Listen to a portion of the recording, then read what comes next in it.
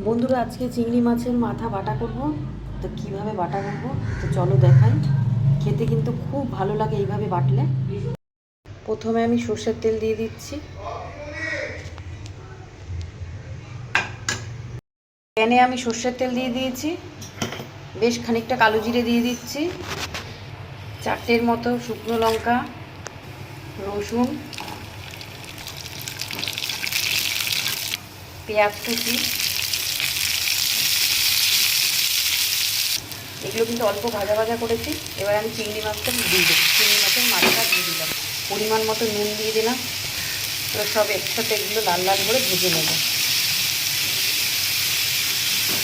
এগুলো কিন্তু লাল লাল করে ভেজে নিয়েছি। এবার আমি নামিয়ে নেব।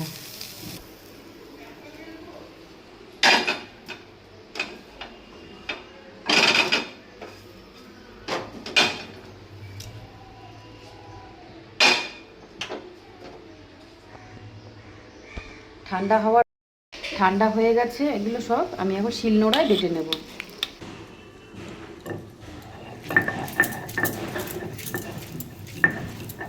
সামান্য চিনি দিয়ে দিলাম, বাটিতে তুলে নিয়েছি, অল্প কাঁচা তেল দিয়ে দিলাম।